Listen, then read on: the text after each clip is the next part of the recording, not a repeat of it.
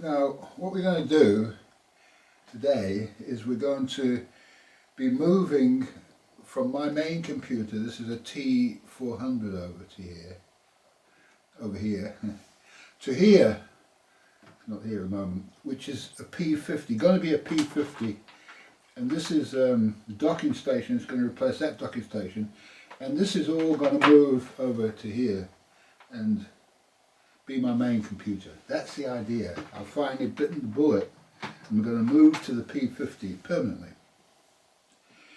Now, normally to do that, the easiest way to do that is just to take the hard disk drive out of there, put it in there, Bob's your uncle. That's how easy it is on Linux. You can just do that, alright? Yet, what I want to end up with is I want to end up with two hard disk drives in this one. Yeah? I want to end up with the boot hard disk drive and all the working files and stuff like that, and then I want my own data volume, okay, and that's what I call it. I call it data volume. It's its own, on its own hard disk drive. So completely separate. When I say hard disk drive, because I'm so used to working with hard disk drives, they're called SSDs now, but I call them hard disk drives sometimes. Okay. Now they're not even, they're called NMV, whatever, I don't know, it all changes all the time. For an old fellow like me, it's hard to keep up.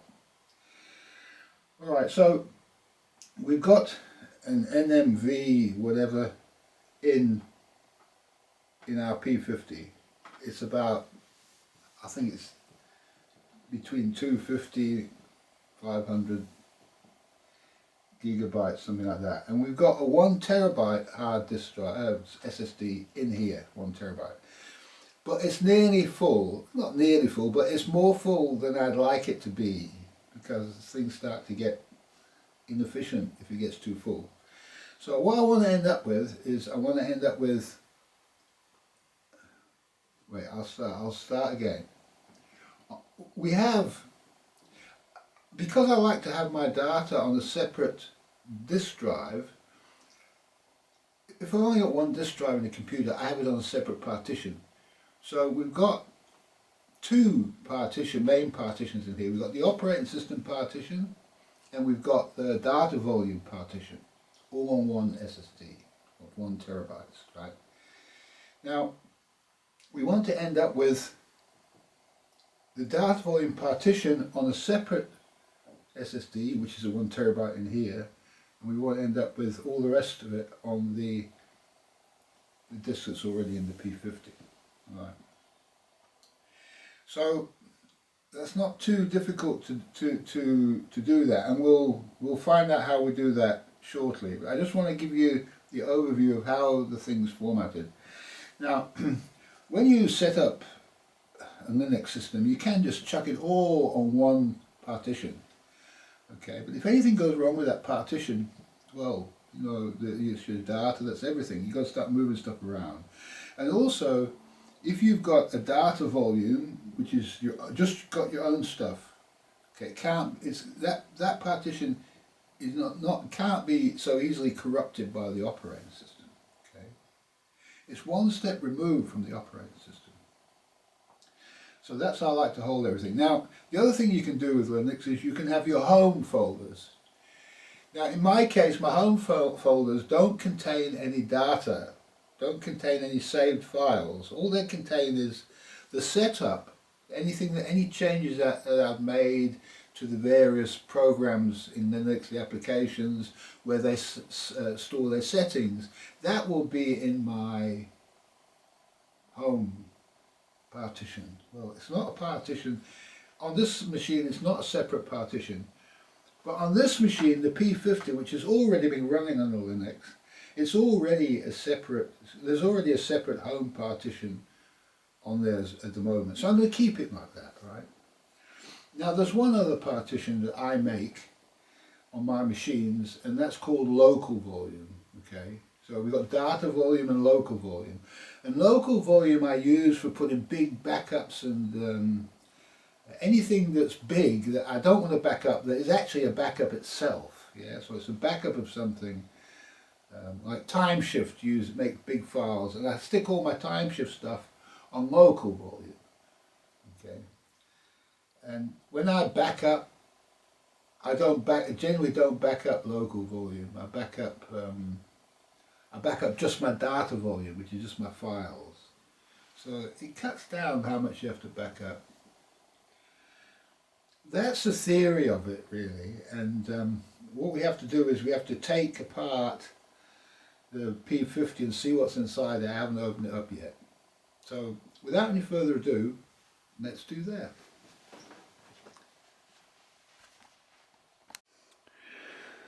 Right, well, we've got our P50 opened up here. We just took these screws out and pulled this off. And you have to take the battery out before you do that. You'll need one of these. And we've had a look inside and we can see that we've got an NVMe drive here, like an SSD.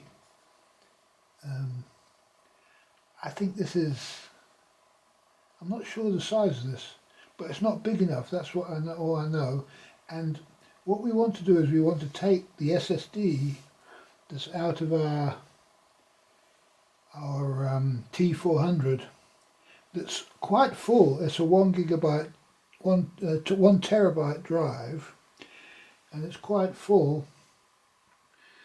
But what we need to do is we want to split it. At the moment I've got it in 3 partitions, and I have 2 of the partitions are just for the operating system, all the operating systems, and the main disk drive is just called data volume, and it's got nothing except my stuff on it. Video files, photos and stuff like that. And so that's the one that's nearly full. So if I split it, if I put it in here and then transfer over onto here, some of it. Actually, no, I don't need to do that. All I need to do is install the operating system onto there. And then just put the disk in there and that job's done. That's job's done. And to install the operating system with MX Linux, you just make one of these things, a USB stick which is made using MX Linux on the T400, which duplicates the operating system on the T400. Then you just install that onto here, and it will just duplicate what's on there onto here. Now, I previously got this operating system from here, I think, and it actually already has the NVIDIA drivers, but if it hasn't, we can install those after we've put it on there. But I think the NVIDIA drivers will just be on there when it gets installed, already installed. It'll just recognize it's NVIDIA and change its device drivers accordingly, and they should already be on the stick, I hope. So it's a simple operation, except we don't have the cables. You know, you pay a lot of money for these computers when they're new, and they don't even give you the cables so that you can plug in, or the plugs to plug in. There's another NVMe drive, whatever they're called here, and the SSD here. Now I still need to check that the SSD in there is small enough for this, because this will only take apparently 7mm. I'm hoping that one is in there. I think it's a Samsung Evo. I don't know the size of it. I don't see why it should be much thicker than that. And so we went on eBay and we found, but it's got to come from China, we found the cradle and the cable and everything for about, I think it was about £14–15. So we've ordered that, and that will be here within maybe a week or something like that. So what I'm going to do in the meantime, I have to start using this computer, and so I'm going to do that. I'm going to set it all up so that I can use it, because I want to check that it's all the operating system come through all right, and we're browsing the internet, we're doing all the things perhaps we're starting to use OBS Studio, get that all sort of started to work without needing to use this volume that contains all my files. So we'll just get it installed without that first of all, and then we'll just add that in later. So I'm going to have to put this all back together again, install my operating system on it, and then use it without the data volume in there. And when we get able to take the data volume out, we can put it in there and then tidy it all up. And then we should be able to extend the size of the data volume so that there's a lot more space on it. It uses the whole 1 gigabyte then for its movies and photos and all that sort of stuff. Okay, that's basically what we're going to do. So I'll stop the video here and we'll have a look at something else.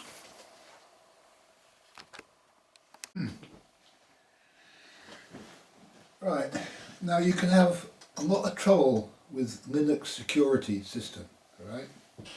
Most people give up with Linux because of that, alright? And the way I operate Linux alleviates a lot of those issues, okay? Because what I do is I make data volume, which is the stuff that's got all my own files on.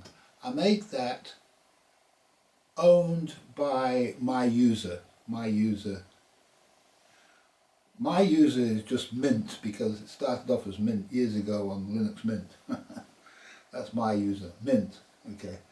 And so data volume is owned by Mint, alright.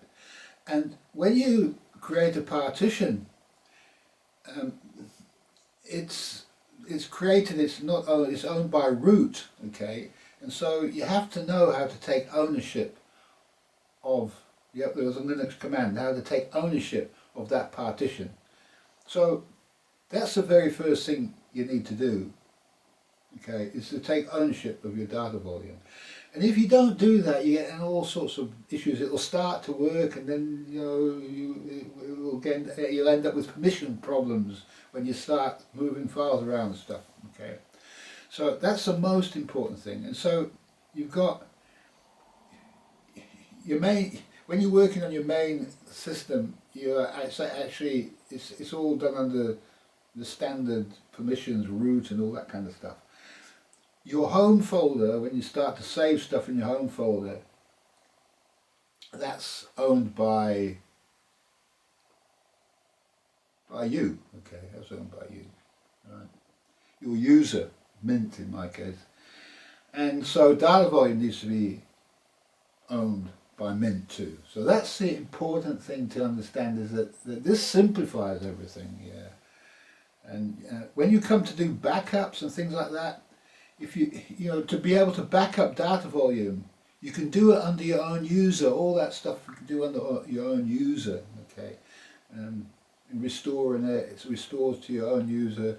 It simplifies a lot of things, okay. If you have one separate volume that's just owned by you.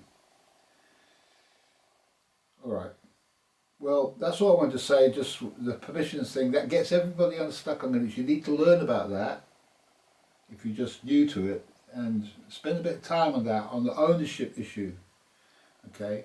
Now for any file or any folder, you can just right click on it, go properties, and I think it's either ownership or permissions or something. You'll see it in the tab there.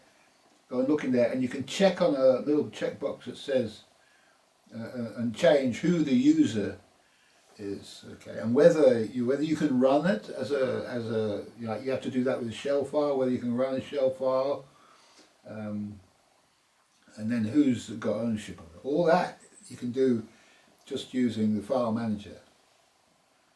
And I use Nemo, which is the best file manager in the world. Okay, let's carry on sorting this machine out. Okay.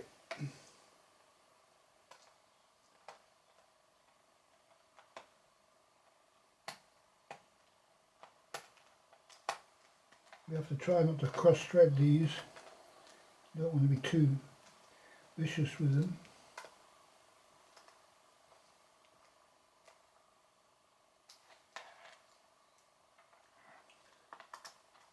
This one didn't seem to be in last time, I don't know why.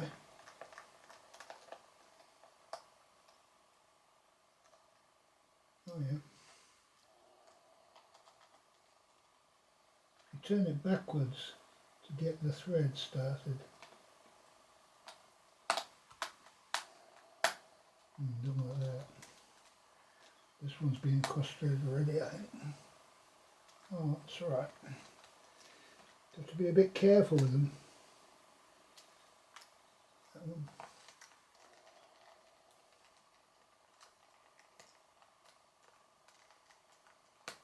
This one goes very deep. I don't know why it goes so deep. No, it's okay. Very deep.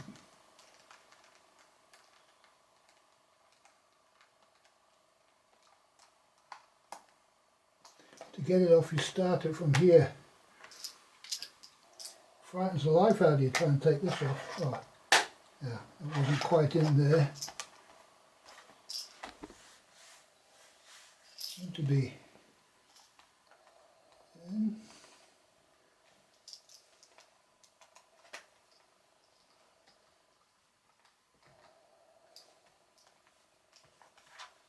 Looks like something's a bit, I think it's right.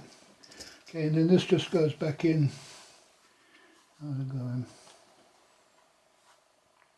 That way around, is it? Yeah, like this.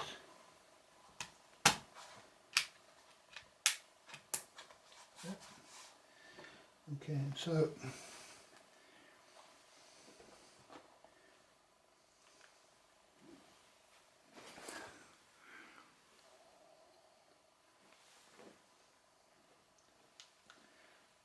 okay. Now you can see while watching it how long it takes to boot up. This is on battery too, so it's slower on the battery. Not coming on.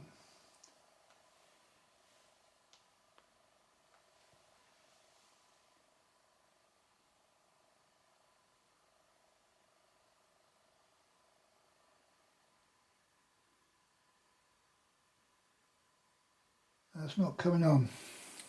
Okay, well, I'll look into that.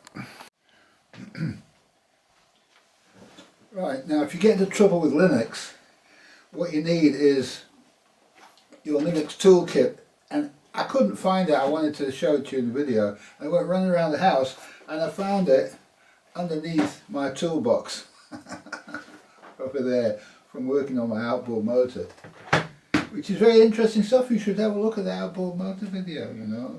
You Linux people, you need to know about, you know, the mechanics, then and the art of outboard motor maintenance. Okay, now you can make notes inside these things. This is what I, you know, if I do anything that isn't in the book, I write it down, find it on the internet. So you all need one of these. This is the like Bible, if you like, of Linux that you need, and it's pretty much, most of the stuff is in here.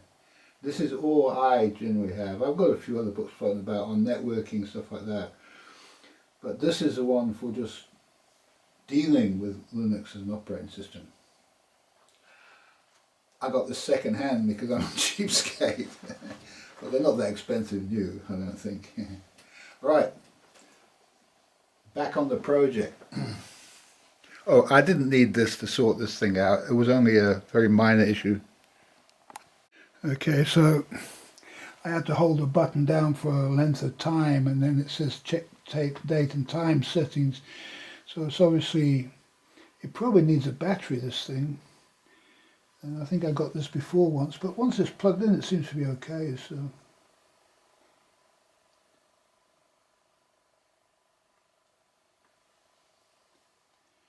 date and time.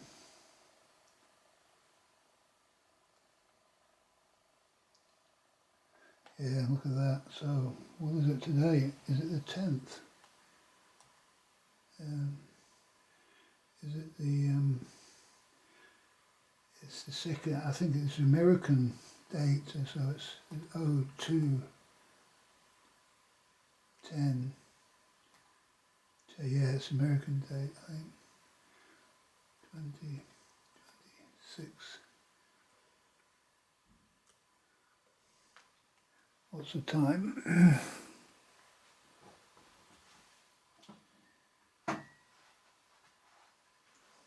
18:24. 24.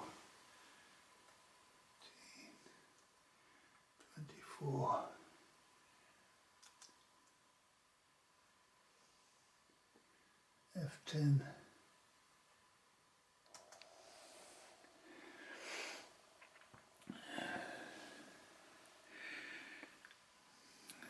These are a bit awkward to get into the BIOS because you've got the function key is now doubles as a, and you've got function lock. You see there's a function lock, and if the function lock isn't on and you try to press F1, it doesn't press F1. It's a speaker. It's very, very stressful when you're actually trying to get in quick when you start it up. If that light is on there, function lock, then you can press the F1 key. So you press F1. If that light's got to be on there, press the F1. I think I said you can set it in the BIOS to say whether it's on or not when you start. So, it's got a bit of a tricky BIOS, this thing. Okay, so it's booting up to its hard drive.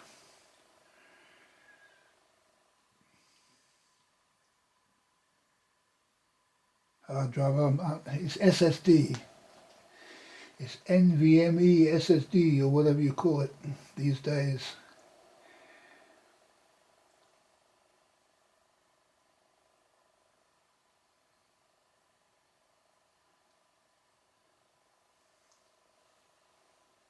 Okay. Right, so we're in our system now. You can see that.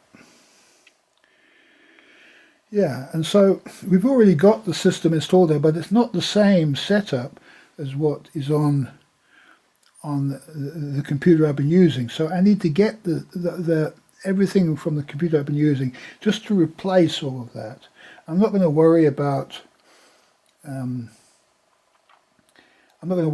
what's been set up on there. I'm just going to lose all that setup because that's up to date setup. And I actually did a bit of pre-preparation before doing this when I made that stick. But I'm going to show you how to make those sticks. But I'm just going to go through the process first and then I'll show you. Okay. So our next job is to install the operating system over the top of what's already there. Now, we're going to do it now. We're going to do it now. I don't see why not. Okay, so we put our USB stick in there and then we just reboot to the USB. It should come up with a USB. Now, for it to come up with the USB, you've got to set the BIOS so it's the boot order is USB first and then anything else.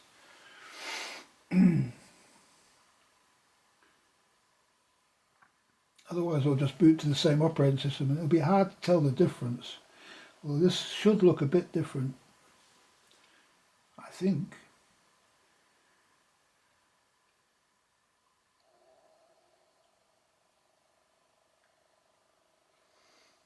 Yeah. The startup screen, yeah, it looks different. It looks like that when it's on here. That kind of blue look. The other one's a bit grey.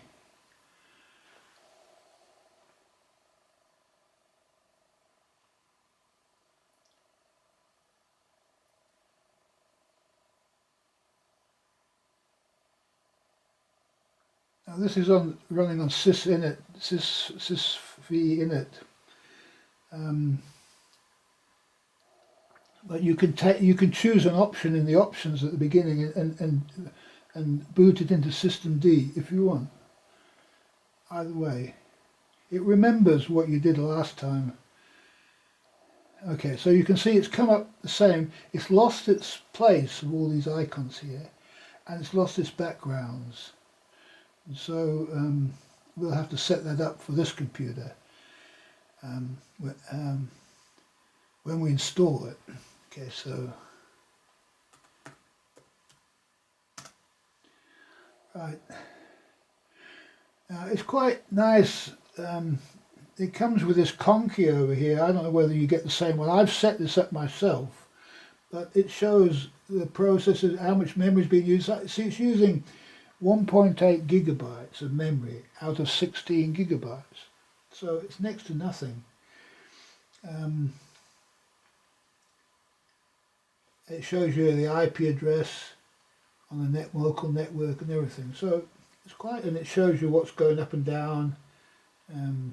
It's actually already connected directly to my iPhone from that computer that was connected to the iPhone. All the networking is actually running. If I go into, and it's running from the stick now, it's not running from the hard drive. So if I actually go into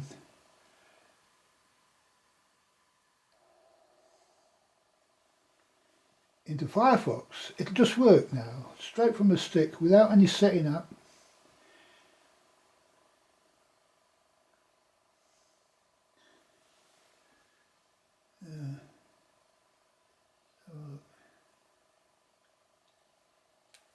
It should just go into YouTube, and all that's come across from the setup that was on the other computer. It's all just running on the stick. Okay, and so if anything ever goes wrong with your computer, you just put the stick in that you installed it from, and it just runs. You can do whatever you like to fix it up, or just install it again. So I always keep my own files separate from the operating system, so that, you know, it doesn't matter if you lose it, but there are tools to save it if you do lose it, to restore it and all that, if you bother about it. Okay, so let's close this one, and what we'll do is we should have an installer. Here's an installer here, so I'm going to install it. Perhaps I'll come a bit closer for you.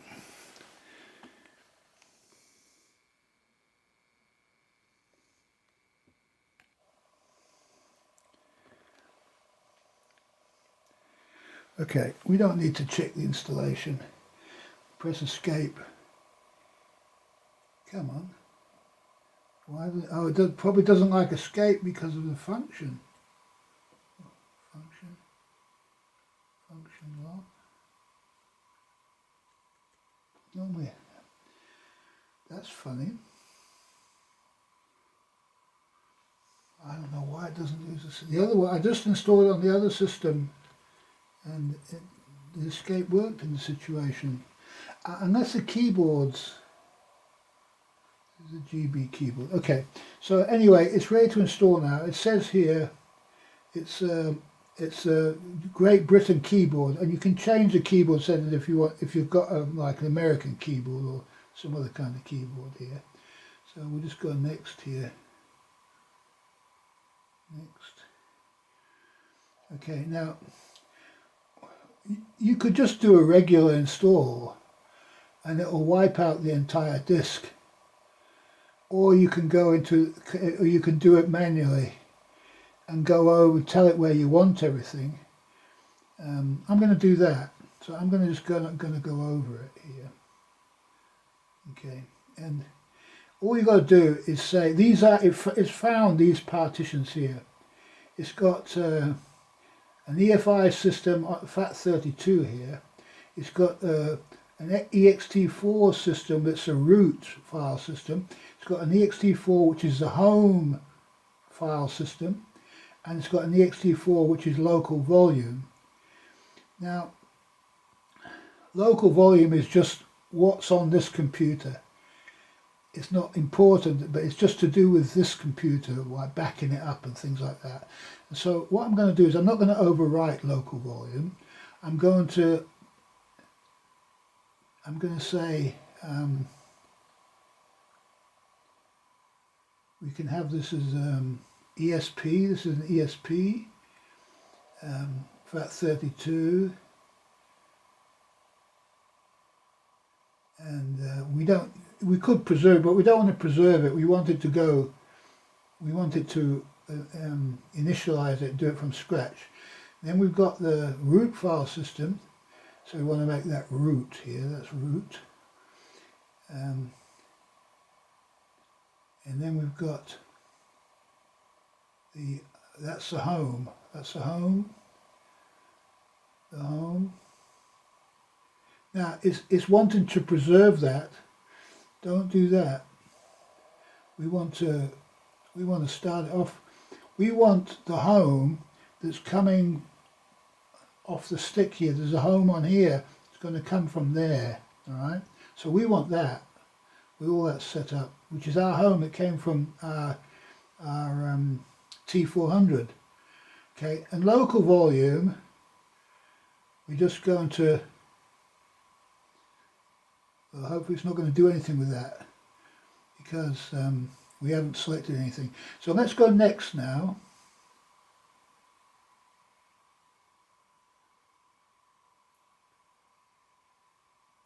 Right, so it's saying format SDA1 to use for ESP, format SDA2 to use for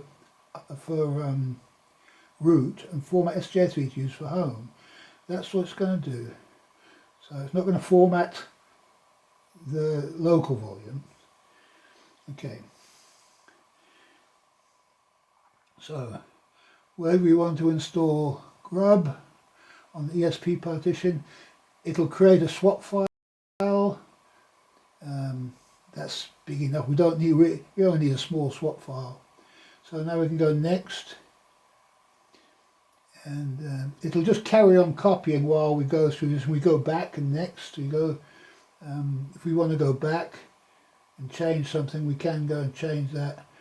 It's just going to copy it. I'll only use it when it needs to.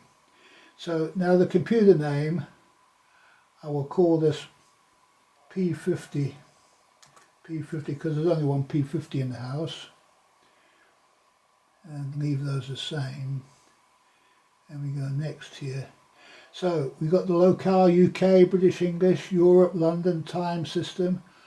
I like to see AM and PM in my thing. There's some advanced stuff in there, but we don't need to change that. And that's it. We've told it everything it needs, and it's just going to copy that all now. This thing is... Oh yeah, that's all right.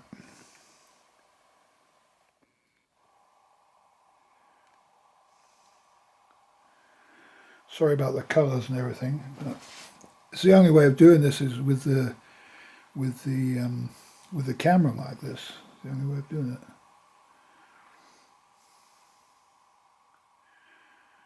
And I haven't got a clue how well it's coming out, but hopefully it'll be okay on the tripod. You should be able to see it.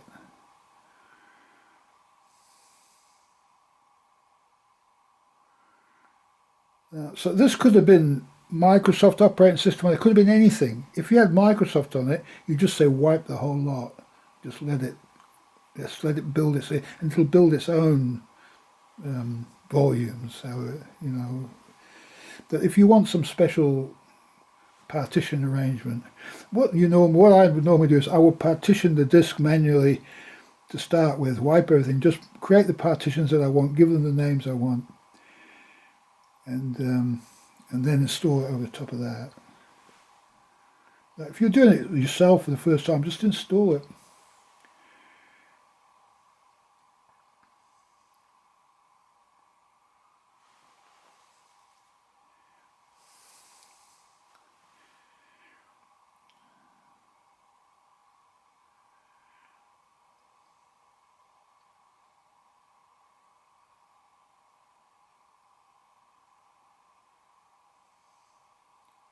Shouldn't take that much longer, but we'll let it go through. I'm not going to stop the video. We'll just let it go through. It won't take that long.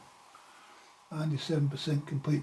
It's updating the init ramfs. Now the init ramfs is to do with when it boots up.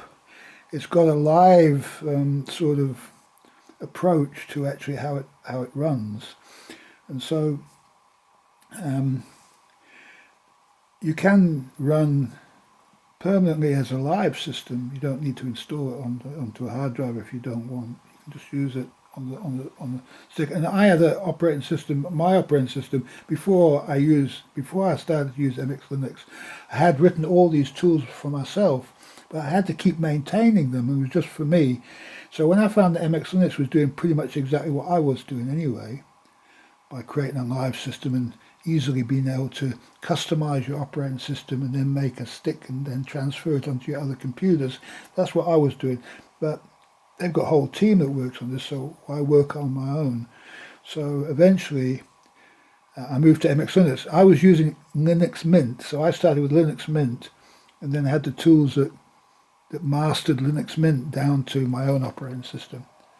You don't need that anymore because MX Linux have got all the mastering tools that you need to master your own operating system. And so my operating system is called Linux Jade. And it always was Linux Jade from when I started building it from scratch. Over the years I've got to use other people's tools, and so now I use the MX tools to make my own operating system. When you get MX, you normally buy it, it doesn't have the toolbars like this. It's got them down the side, and it isn't set up. It's not set up as nice as this is, and you've got to do a bit of work yourself to set it up the way you want. But once you've got it set up, you can just move that setup completely exactly like it is, as you've seen me do. I've just moved that from there to there, and now it looks the same as what it looked on my other computer. Well, that's the beauty of it, is you only have to set it up once, and you can install it on 20 computers that all look exactly the same. They've all got your login.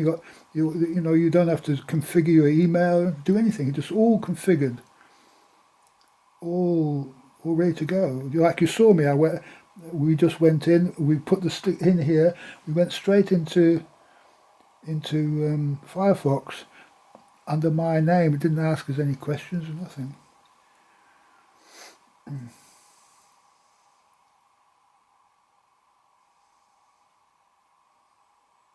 If I go into eBay, I'm already logged into eBay, signed in. I go on this computer, I'm there, I'm on that computer, I'm there. That's what, I use a number of computers, not many, but maybe 2 or 3 computers at different times. But,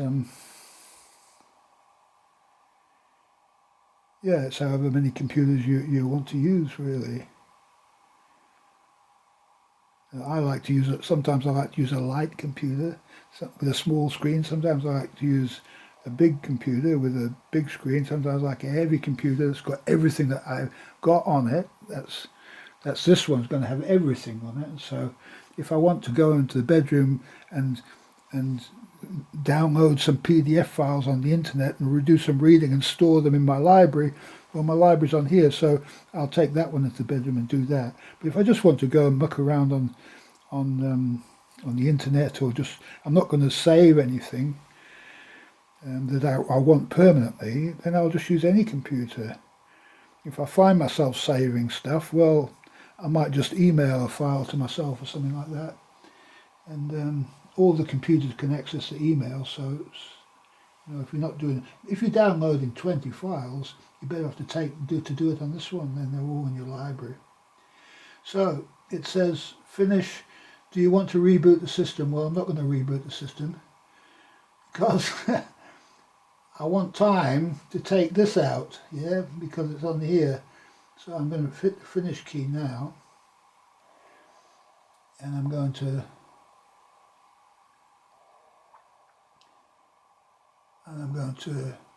shut it down.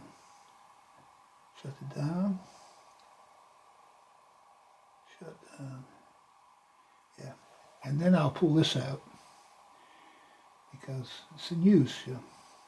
What it does, it saves the state. So if you change anything on there, it'll save that. It's very clever.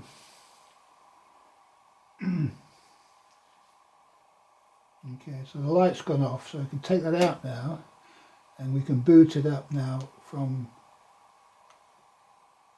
the hard drive that we just installed. Now, okay, So you can see how long it takes now. You should get an idea of the boot up time, because it's just coming up normally now without its BIOS problem that it had before. It got that BIOS problem.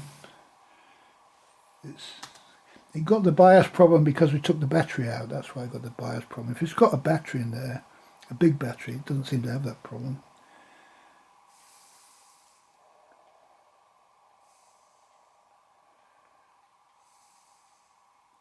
I used to have this all come up with my own name. I don't bother now. It's MX Linux. They made the operating system. But my version of it is Jade.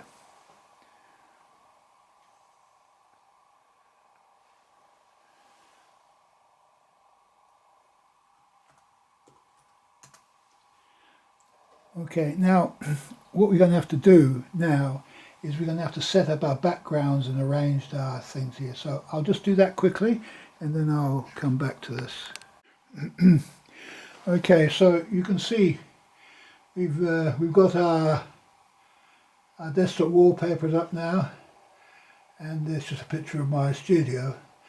It's called Jade 8 Studio because it's got a lot of music stuff in for making music production stuff. You can see there's where the computer sits. That's the old version, and it integrates with the recording studio. So what we've got here is we've got the file manager. Now the file manager I use is Nemo, that comes with Linux Mint. It's a bit of a rigmarole to install that, and you know, the Cinnamon, you can use Cinnamon on here if you want, and it's all installed over Xface. This is Xface, and so it's very frugal. There's 2 gigabytes used at the moment of memory, that's all. And you'll see here all these grayed out lines here. These are all links that I made to the data volume that isn't in the computer yet.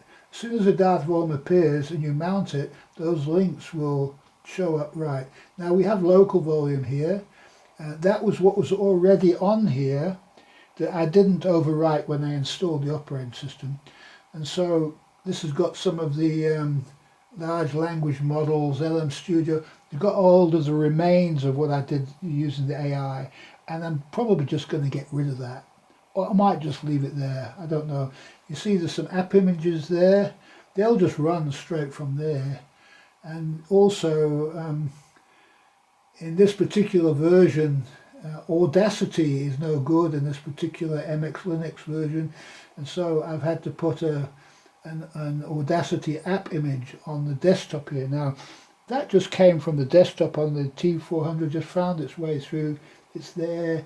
It's everything's the same as what was on there. So you've seen all it takes to transfer all of one computer over to another computer. That's all that's involved, really. And what I need to do really is show you how the tools work, how you change the operating system, and then make a special USB stick for it, make a copy of it, an image of it, and then copy that to a USB stick. And these are the tools that you use over here. But I'll go into that another time. I think this is enough, really. I'm going to have to use this now to make sure everything's set up the way I want, and I'll be mastering from here now. So any changes I make on here, if I want to remaster it again, I'll just remaster it directly here, and I'll put the mastering stuff into here onto the local volume. All of they're called snapshots. All the snapshots and the backups on this special thing that I've called local volume. So local volume you can basically throw away, but it's got a lot of big stuff on it that takes up a lot of space that you don't want to back up, and you don't want it to be on your stick. And then data volume is everything that you want to keep. So it's everything you want to throw away, everything you want to keep, and then all your operating system files. It's in 3 sections. And also it's in 4 actually, because the home folder is in a separate place too. So that you can protect that, yeah, a little bit if you want to. Okay, I think that's all for now. I'll sit down and I'll have a few words, final words to say. Perhaps. We'll see.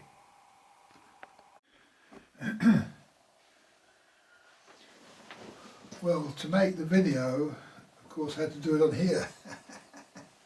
Because my data volume's got all my stuff that I do that with. Yet, there's only 2 shell files, so I copied them onto here. And I did it on there, and I did it on here. And it took 5 minutes to copy the SD card on here, and it took less than 1 minute to copy it on here. Interesting.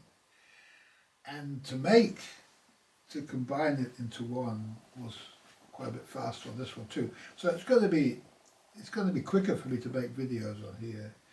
And the other thing I did was I just copied the shell files that I used to merge my videos together onto my SD card. And if I want to, I can just run it, I can just merge them all on the SD card without copying them from the SD card to the hard drive. So I'll probably try that now with this video that I've got to add to it. I'll try and do it. I'll do it all on here now so that I can start to get this one away and this one in place, but I'm still going to be able to make videos. So a little bit of time. I don't keep my videos unless they're very important videos. I don't keep them. I just upload them to YouTube and I delete them so I don't clutter up my hard drive. Because I regard YouTube as the master. Once they've got them, they've got them. Then if they lose them, well, that's the will of nature, I'm afraid. Okay, so I'm a bit tired. I'm blown away actually because I have no sleep dealing with all this. So I'll put this video together, the final video together with these, and we'll get it uploaded. And that's the end of making videos about computers until we get our cables and stuff from China, so we can put our proper disk drive into here.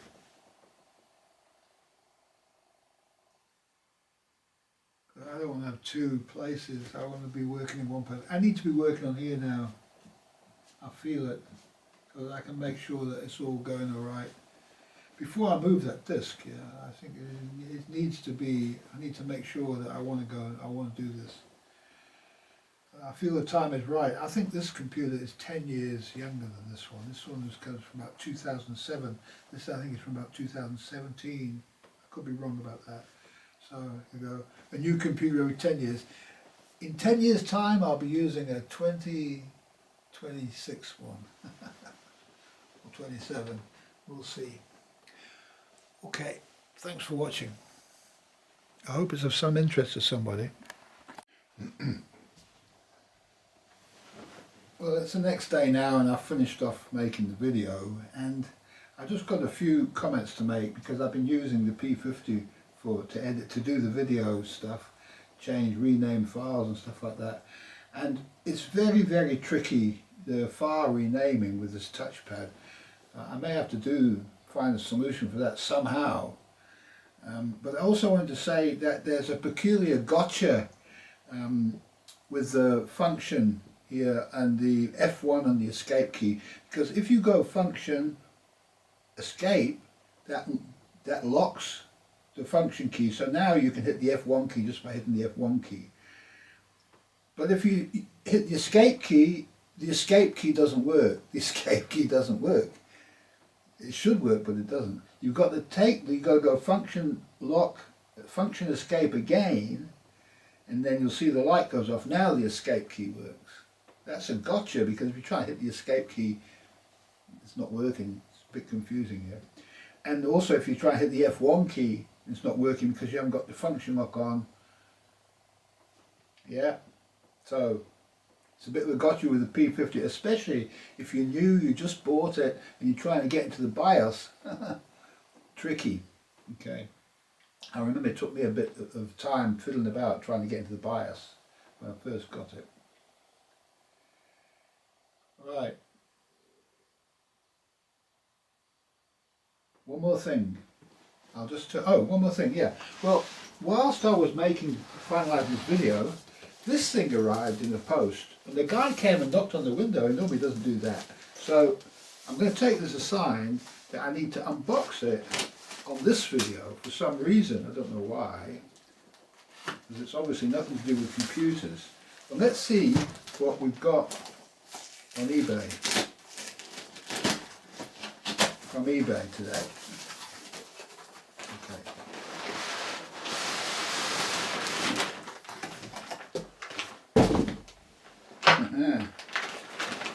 Okay.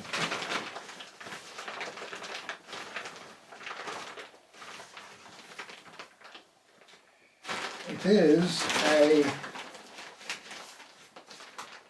Quechua 100 3-person tent. Now, 3 people tents are actually 2 people tents in the real world, unless you've got like Aborigine South American pygmies living in it. And I don't know, this was supposed to be new. It looks a bit like, doesn't look new to me. Not how I expect a new one to look, but maybe it is new. It doesn't look like that. Oh, maybe it is new. Okay. Yeah, there's poles in it and everything. Okay, so what we're doing this year is we're going camping. My lady and I are going camping. We're going to be going camping by motorbike, and we're also going to be going camping, boat camping, sailing boat camping, which are 2 things I've never done before. Oh, I did do motorbike camping, many years ago. 40 years ago probably, I went motorbike camping. In those days I did it on the Suzuki 450, GS 450. This time we're going to be using a BMW R1100 RS, okay? It's a lovely machine, and I'm going to be doing Zen and the Art of Motorcycle Maintenance on that. And you should watch all the stuff on my channel, because it's really interesting, all you young people, you know. You need to be doing this stuff. Well, thanks for watching, old fellow like me, and go well.